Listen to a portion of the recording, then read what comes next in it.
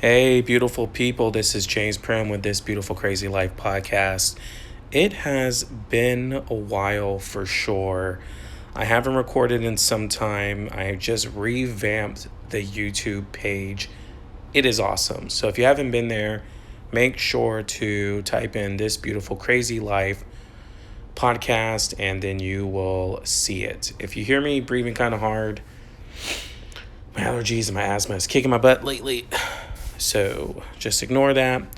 Anyway, guys, let's get straight to the point. What we're talking about here today is Hillsong. As people recently know, Hillsong pastor Carl Lentz has been removed. His church removed him because he was having an affair with another woman. And now Hillsong is doing an investigation. They're asking people who've been part of that church to contact them. And I'm not sure exactly what they're trying to investigate. I think just trying to see if there's been any abuse of power. Now, who is Hillsong? If you're not in the Christian world, Hillsong is this huge Pentecostal church. They are all over the world. They are probably one of the most popular churches in like modern Christianity, especially in everywhere. People who know the Christian church in any way know what Hillsong is. Now, for some people, they love Hillsong. For other people, it's kind of infamous. And some people disagree with their approach or their theological preferences, while other people think their approach is necessary.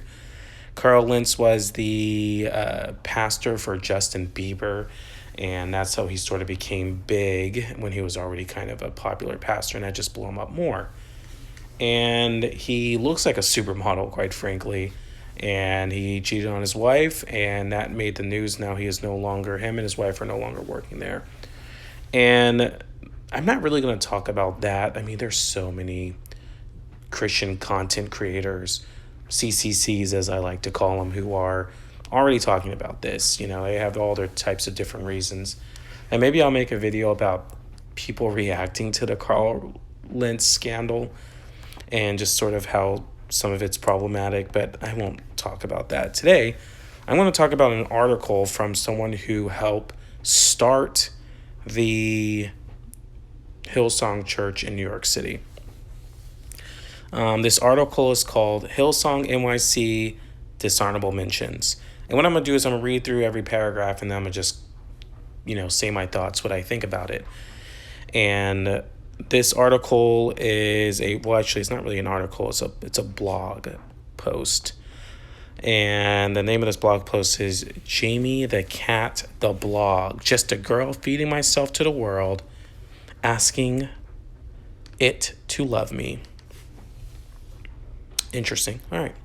And so you can go to Jani, Jani, thecat.com to Google this, and then you'll find that there. But I'm just going to read through the first paragraph here. So I guess Carl Lentz said 2020 3 times because she recently came for him in the shape of a sudden announcement from Hillsong Global Senior Pastor Brian Houston that after a decade as the lead pastor of Hillsong NYC, he has been let go for leadership issues. Breaches of trust and moral failures, the 3 branches of government, setting off, she's hitting strong here.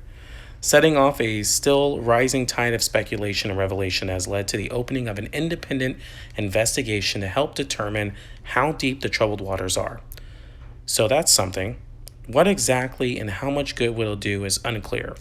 Also, how independent an investigation can be when the contact email address belongs to a lifetime Hillsong Global staff member. I guess we'll find out, but in the meantime, we will have our story and we will have the right to tell them. So if you've been wounded by Hillsong NYC, whatever form it took, I'm sorry. I'm sorry we weren't able to stop it before it got to you. Whatever you choose to do with your story, whether you want to use this email address to add to the investigation or share with someone you trust, and or use it as fuel to remove yourself from an unhealthy environment, know that you are not alone. By the time you read this, I will press send on an email adding this post, my story to the independent investigation, and my posting to the show that there are levels of church hurt and all of it matters. So right off the back, you can tell this person is someone who's been hurt. So I've never been to Hillsong. I actually have never listened to a Hillsong sermon or watched one of their messages, but I am familiar with the music. And so this is a place I've never been to. This is one person's perspective, of course, in a church that I think they say they have thousands of people per Sunday, pre-COVID, that come in person, and like they fill up like a stadium or an arena. But this is someone who has been there, sounds like, for some time, and is giving an insider-outsider perspective. So let's keep that in mind. So let's go to the second paragraph. Where do I begin? I became part of Hillsong NYC in 2010. I was part of the original launch team. Well, the original Launch Connect group. Let me not overstate my role, because from its earliest days, a hierarchy was firmly in place. And if I was to comb through my emails, I could probably tell you the exact date that the rungs of a ladder snapped into place. Because before the Connect Group was Hillsong NYC, it was a launch team for Urban City Church, a church plant of R and J. Don't know who those are. A friendly enough couple I had first met at Hillsong Bible College. Oh yeah, before being part of Hillsong NYC, I was part of Hillsong Sydney Hills campus from 2006 to 2009. Or 2005 to 2009. So Hillsong actually has like a college. They do like ministry where you can because people go to school for quote unquote ministry, and it's not like a seminary degree. I don't even think they're accredited, but I know a few people went there because they went to my church. So it's a very popular thing. People go there to learn all types of things. And I have to say, the level of worship my church had was very high quality compared to other churches in the city I live in. So clearly they produce really competent people. So I'm gonna continue on. So I was deep. I was deep. She was deep. Completely sold on the mission, and was already preconditioned to not only overlook, but expect certain nonsense. I just want to stop there real quick here. So I think one of the things of a lot of organizations, is that when you're in an environment of any kind, you get used to whatever that culture is putting out, good and bad. I remember my previous employer had a very toxic culture, but I was so used to it that I just expected it to go that way. And at some point, you just do become sold out to that system. So I understand what she's going with there. Once they no longer had to be friendly to convince people to build their thing, we were no longer friends. We were all servant leaders. Emphasis on the leader for them and servant for the rest of us. Ooh, shots fired there. I mean, I think that's a lot of organizations, though. This isn't just something that any particular church, business, whatever suffers from, is that people really do love catering to you to join in whatever they're selling you, and then after that they leave you to the wayside. I've had that happen to me before, where like, hey, join us, and it's service there, we're serving you, we love you, you're so awesome, and then when you are in and sold out, they are hard to find, and the expectation for you is much more higher than them.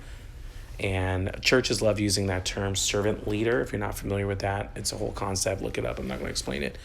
But I understand what she's saying as someone who's been in organizations that have done that before. And as someone who's led organizations, I hope I've never done that. And if I have, I'm sorry. All right, let's move on here. So emphasis for them and servant for the rest of us, being tasked with cleaning their apartment and rearranging their furniture before and after meetings, bringing snacks, and as most of you know, you are on a struggle street, but let's do everything with excellence and steer clear of store brands. Dang, they wanted that good Gouda cheese. That Gouda. And showing appropriate deference then in all times. I remember Jay inviting me to coffee to take me to task for a tweet where she felt I was dishonoring towards her. Imagine that, me dishonoring some dumb 20-something and then being so insufficiently apologetic because I'm grown and you're ridiculous. And she felt the need to tell me, I'm your leader and it doesn't matter who ends up leading this church. I'm still going to be your leader. So it looks like we have some tension right off the back. I mean, starting an organization is so difficult. And I think a lot of times what I've noticed when people do a church plant, and this is someone who's an outsider. People come and already know who they're choosing to fill certain roles, and if you're not in that group, it does make you automatically an outsider in a lot of ways. It's just a way that humans kind of set ourselves up. You have the inner group, you have an outer group, you have an outer group, you have an outer group. And I think Shub might give us more information as this article goes on. And I don't see that as necessarily a bad thing per se, because you do need a leadership structure in some sort. But I think the church is supposed to be something different. I'll have some more thoughts as we go on with this article. So let's check it out and see what else she has to say. But that's kind of wild, though. How are you going to make people clean their apartment? That reminds me, I used to work in, I think I shouldn't share this. So I was working for a person in my state who had a position of power, and the chief of staff I worked under would always make me do their dishes and clean their office. Sometimes we'd have to do that, and it's just so weird. Why am I washing the dishes of a grown man here? And I think it's just one of those things where it's people with position of power, they're so busy, and we were all busy in that job, that they just expect people to do things like that for them. And if you don't mind doing that, have fun with it, but I'm not really for it. I don't really find that as serving anyone, especially when you're able to do it yourself, bro. If people are going to move, it's nice when people help move your couch for you, but how are you going to have other people move your furniture? I've led many small groups in my house, and a lot of times, dude, I'll do the dishes and people join in on their own. I would move stuff around and have extra chairs. People just genuinely helped. I never was and I had a position as a deacon and teacher at my church, so I had quote unquote power. But that's ridiculous. That's the most ridiculous thing ever. All right, so let's go on. Because we didn't know who because we didn't know who the lead pastor was going to be at this point, the first time I heard the names Carl and Laura Lentz was listed as people were going to be part of the team. But it wasn't until weeks later that it was officially announced that Carl and Joel would be the lead pastors and Laura by default. Anyway, I only mention these early days to point out that the toxic leadership culture of Hillsong NYC was not a creation of Carl Lentz. It was a preset of the structure. We're going to go back. Structures are interesting things. And unfortunately, he ran with it. We all did. Through actions and through acquiescence. Acquiescence. I think that's how you say that. Because to speak up or to question was to dishonor, to not give sacrificially of your time, money, energy, talents was to be half-hearted and fully dishonorable. And to want to be recognized, paid, or promoted was to be doing things for the wrong reasons. And to be grateful, Jesus gave his all, and we should too. And lucky for us, Hillsong NYC was there to take it all. The culture doesn't just start with the leadership, but everyone participates in it. Now, leadership starts the pace, but everyone participates in how the culture takes out. And when you have no reformers, no one speaking out, it just continues to perpetuate. And I wonder what the rest of the article, I wonder if he'll highlight that more, but that seems to be a symptom of toxic culture, is that leadership doesn't set a pace where there's transparency and openness, and then everyone else follows suit because that's what's expected. And you'll see that in many industries all across the corporate world. What's worse about this in the church, right? What's worse about this in the church is that they bring up spiritual baggage with it as well. And so when there's spiritual baggage on top of also being your paycheck, it gets really muddy. And I don't know if she was a volunteer or if she got paid for this or not. But either way, that's really tough, because then it's like, oh, you want to take a vacation? Didn't Jesus die for your sins? I don't know if they said it like that, but you see what I'm saying? Jesus did everything he can for you, you guilty sinner.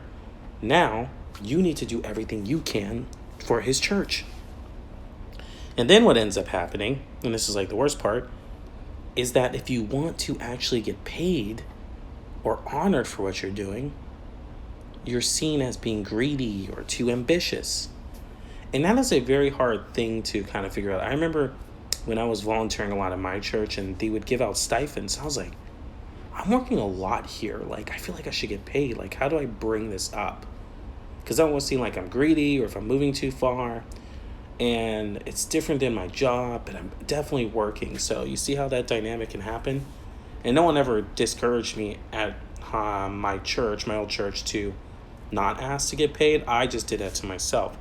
But imagine when leadership is the one who's postponing that. You don't need a Sabbath. You don't need a break. Work harder. Don't complain. Jesus gave it to you. It's bad theology for one, and it's spiritual abuse for two. All right, let's go to the next part here. So what did I get to do? I got to work backstage, leading the stage managing team. I got to be part of worship team as a BV, one of those ones with a mic, but not one of those ones whose mic was on. Dang, is that a thing? Just have people up there to be up there? That's weird. I got to lead Connect group of wonderful women in Upper Manhattan. I think that's probably like a small group. I got to write the weekly Connect group studies across all the Hillsong NYC groups. So she's a small group leader who's in charge, I guess, of the entire campus group. So she's like a deacon or a pastor, basically. I got to ghostwrite. Dang, they have ghostwriters out in churches like that? Someone call up Drake. That wasn't funny. No one laughed at that. Church emails and sermon stuff. First jokes. How are you going to write a joke? And then hefty portions of messages for Pastor Josh Kimes. Now, I guess he's one of the pastors. That's so weird. Now, I know sometimes it's a collaborative effort when people write a sermon. I've written all my own sermons myself, but I've also never got to preach on Sundays where I was at. But I taught in other areas, and I think that's really cool as long as everyone gets their credit. And luckily, my church always people did, at least the pastor, head pastor, gave the credit to people who helped out. Unless that's not true and someone has other information. But I find that so strange, you know. First, and you can't write your own jokes? That's weird. One of the things also with this, though, is just how important the sermon is in churches. Like, the sermon is such an important aspect of the modern Protestant church instead of the Eucharist and the table. So because of that, having an amazing message every week is so important, especially of a church of this size. So basically, you have to have full-time ghostwriters just so you can keep blowing people away. You have to have literally a professional joke writer. That's absurd. All right, let's go on here. Let's see. I got to know and love Carl Lentz. Working in my capacity as a stage manager, I interacted with him all the time in the early days. For whatever reason, we clicked, and knowing that issue of infidelity are what ultimately brought his pedestal crashing down. Let me be clear, there was never any of that type of impropriety between us. Any abuse of power in our relationship was the good old-fashioned, irritating, mansplaining kind. Ooh, he's mansplaining? Mansplaining. Homeboy was mansplaining. I wasn't sure about adding my 2 cents because I wasn't treated that badly by Carl specifically. He was a diva with a tendency to tech recklessly. Like, dude, you know screenshots are a thing, right? And he was annoying, but he was also funny and warm. And the less enchanted I became with Hillsong itself, the less regard I had for his ego, and so I would fight him about dumb things like his disdain for cats and real things like issues of inequality at Hillsong NYC. As a single black woman who had given so much for myself, my time, and my talents, it stung to watch lesser qualified white boys waltz into positions I would never be considered for. Because God doesn't call the qualified, he qualifies the called, right? But it wasn't just about me. The lack of platform diversity in the most diversity in the world was stunning. So I would question him. Women make up more than half of this congregation, but only preach the platform 3 to 4 times a year. Why this congregation is full of people of color and full of single people, but every time God adds a new pastor, the staff preaching rotation is a married white male? Why? I would say we have to do better. He would say he agreed, but he would wait for God, for somebody to bring a single or female black person of color with the skills needed. Why the single black female could write studies good enough for the whole church. All right, so, there's a lot of things here. So there's two ways you can respond to this. One, you could just be like, social justice warrior, or you can really think about this. So let's take time to sort of parse this out here, because I think this is super important. One of the things that I think is interesting about this and what she's saying is, so for a church of that size, for one, there's no way for a church of this size where every member's gifts, because we believe in the gifts of the Spirit, the Holy Spirit imparts his roles and gifts for every believer. There's no way you can do that in a church of that size. I mean, you have to have class upon class, you have to have a lot of participation. So most of those people just, there for a Sunday and move on. So what do you do in order to get more people involved and have their gifts come out? You're telling me a church of that size, there's not anyone from a person of color who can be there and give a word and preach a sermon, right? I highly doubt it. Now you might be saying, James, why does it matter? The kingdom of God is all about the preaching and the word. But this is just social justice warrior stuff, man. But there's a point to this. If you have people and you have a diverse body, you should have people who explain and speak into all the experiences. Of course, you should speak. I believe in exegetical preaching, but topics and different viewpoints can all be there. Like, that's why there's a million denominations. A lot of verses may not, scholars disagree with what a verse or a chapter or a book, the overall narrative structure can be. There can be different training this person gets. There can be experiences that they want to offer. And if the body of Christ, like in Ephesians says, where all the walls were broken and division was made between the Gentile and Jew, then everyone should be allowed to have a place. There should be different perspectives, just like the apostles, just like the disciples, right? If the body of Christ is multicultural, multi-generational, multinational, and you live in a city like New York City, not somewhere in the middle of nowhere, Nebraska, you should be able to find people intentionally who are skilled. I'm not saying just give anyone up there because they have brown skin if they don't know what they're talking about. But when you have people literally writing a sermon, what are you doing to push those gifts? Are you doing teaching and preaching classes? Are you giving them platform time? Are you allowing for those people to have other positions to start? Are you paying attention? What's your communication team look like? What is it made of? I'm saying a lot of times the problem with this in these structures is that other people who fit into the mold of what's quote unquote acceptable end up being in. And here's my thing about the whole race issue. What I think happens is people in positions of power pick other people who look like them to fill those positions of power. So that person could be qualified. She said, another white boy's maybe all those pastors are qualified. Doesn't mean other people are not, and there shouldn't be a place for them. And the church shouldn't be a place where we're like, there's not enough for everyone to eat. There should be more than enough. There should be more than enough. It's not just about money, though. But if this church, Hillsong Church, brings in millions of dollars, is my understanding, like easily $30 to $40 million a year, I think there's enough for everyone to eat. It's priorities. And for me, I think paying your staff well, if you can afford as a church, should be a priority.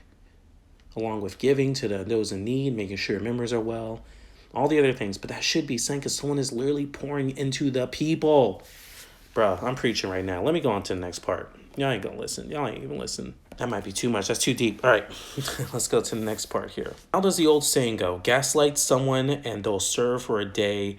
Teach them to gaslight themselves and they'll serve forever. It works. Dang. Wow, she is a good writer, though. I like that line. Gaslight someone and they'll serve for a day. Teach them to gaslight themselves and they'll serve forever. Bars. I keep thinking my frustrations were my fault. I was too arrogant. I was missing the point. My motivations were bad, and that's why I couldn't be used. Plus, no church is perfect, and God was testing me. And the best was yet to come. All the big Hillsong type churches all say that. That's like their favorite line. So I could have just been happy to serve and thankful for the level of access I have and the privilege that I did. Because most people didn't. Most people had to line up early in all kinds of weather for a chance at decent seats.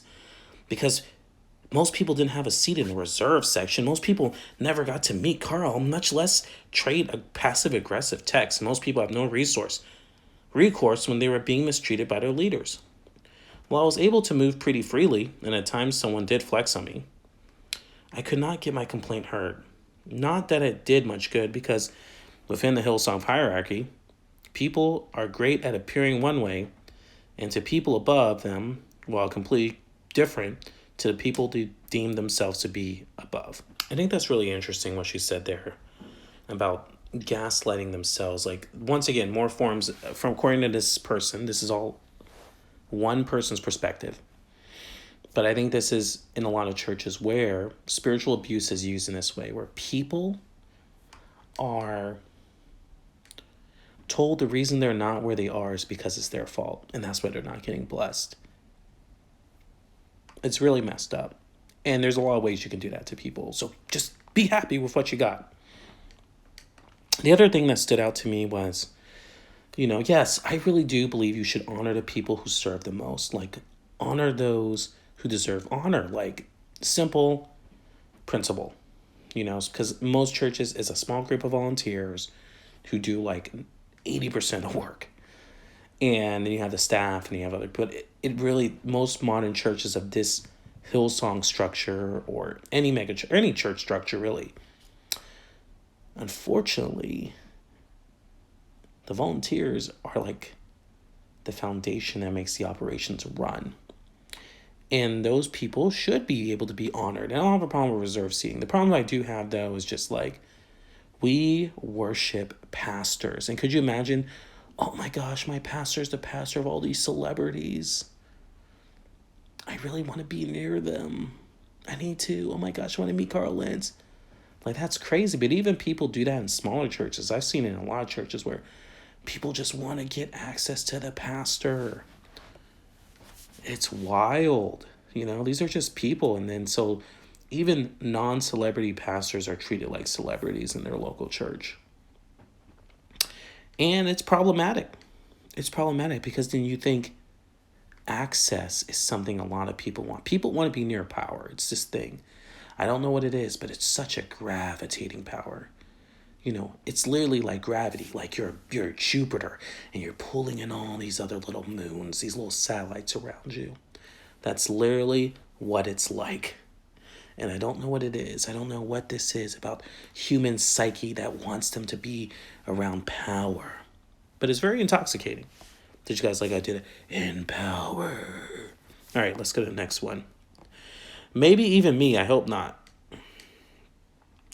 Wait, I read that weird. Maybe even me. I hope not.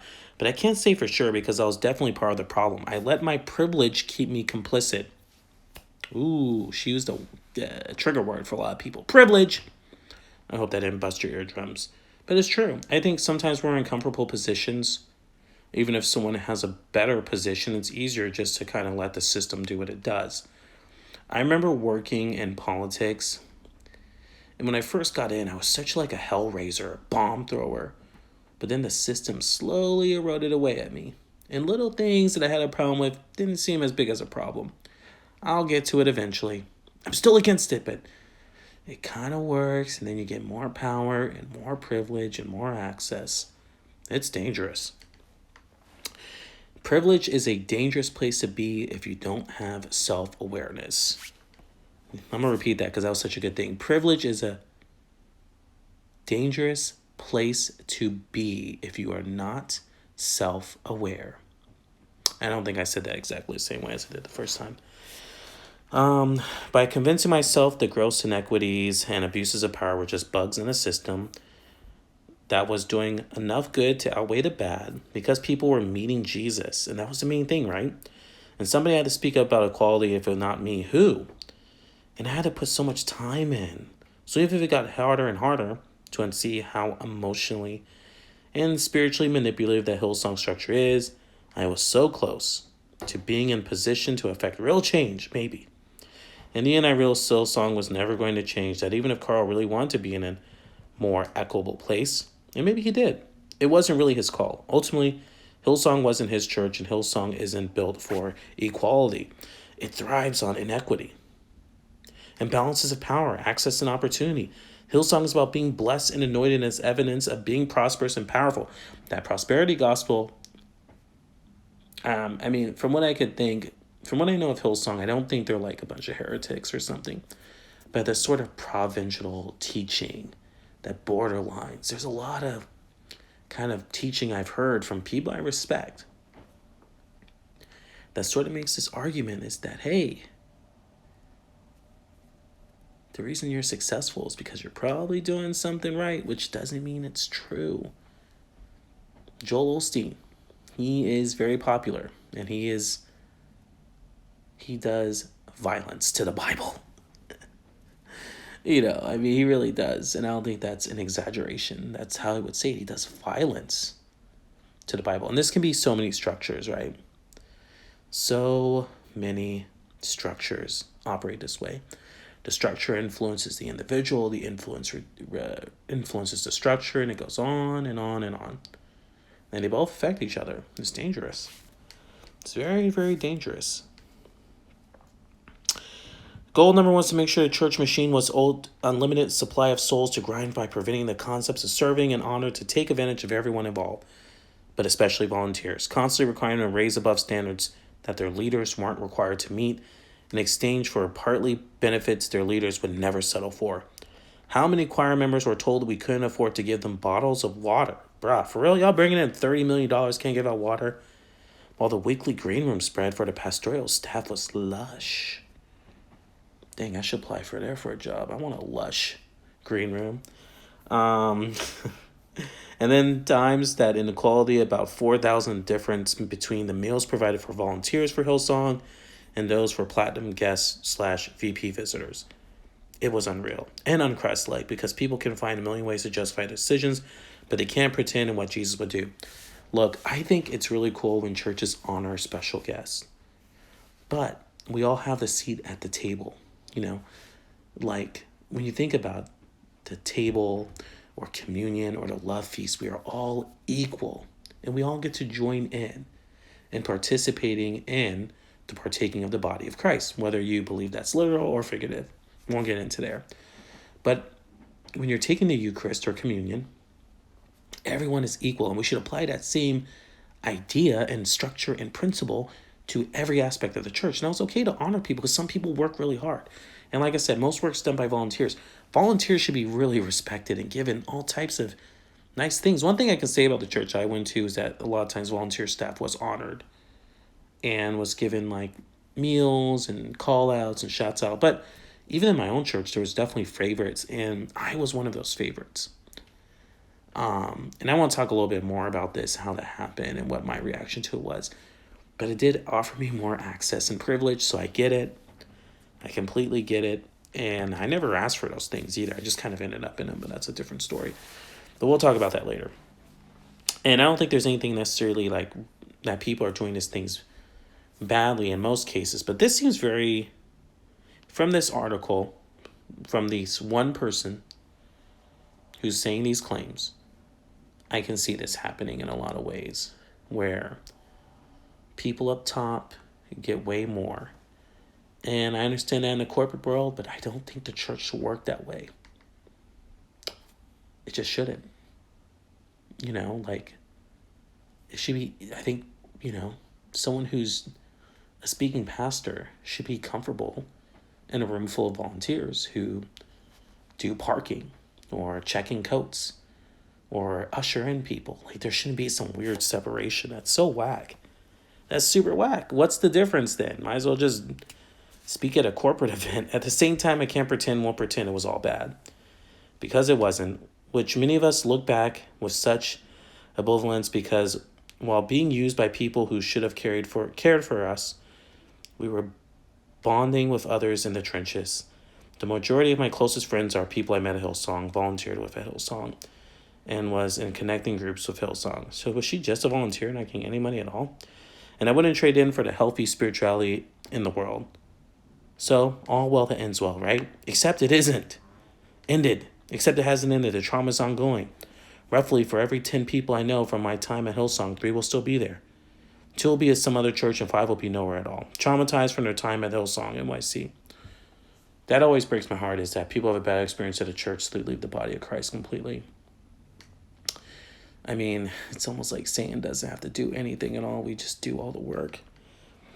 And maybe Hillsong Global doesn't care because it knows it's too big to fail. Yeah, I mean, I don't know much about the inner structures of Hillsong. This is all alleged stuff, but I can see how a big, giant organization does that. It's like the banks, the giant banks in the U.S.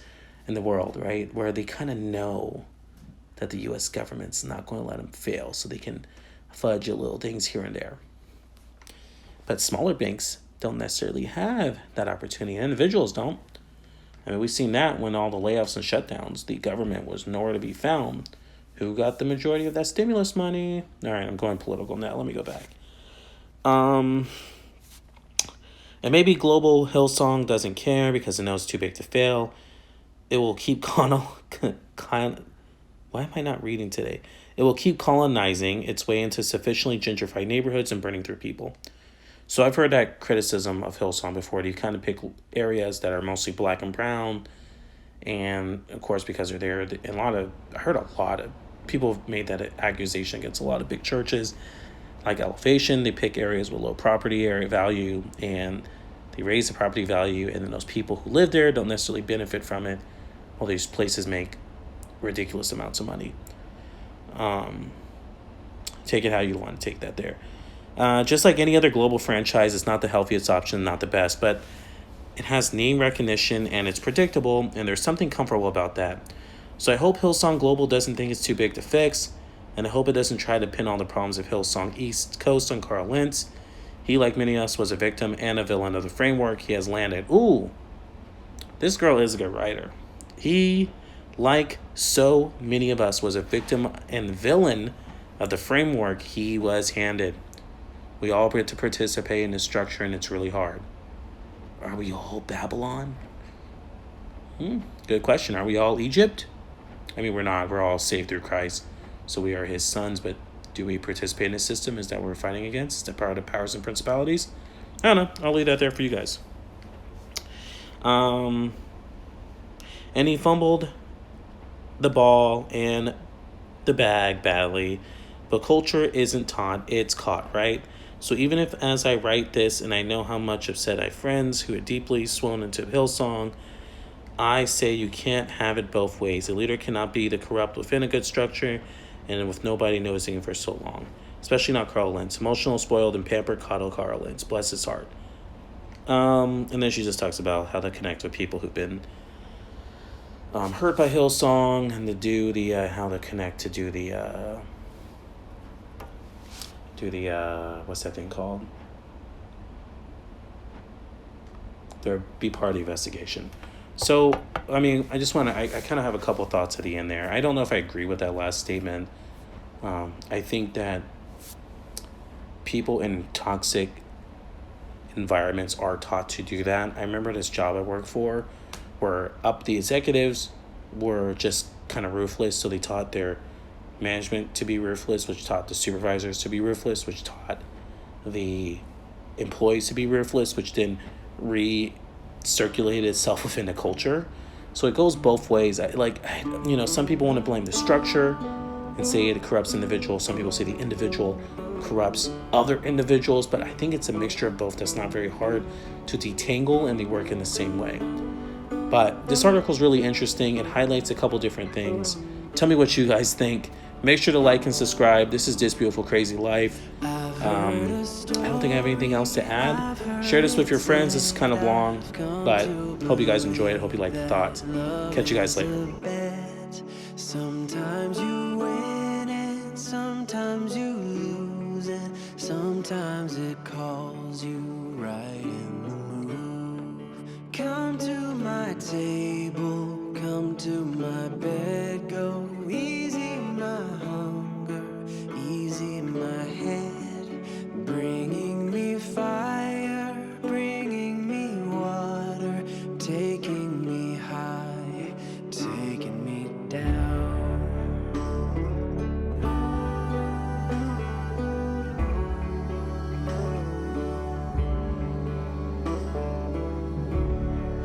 Give me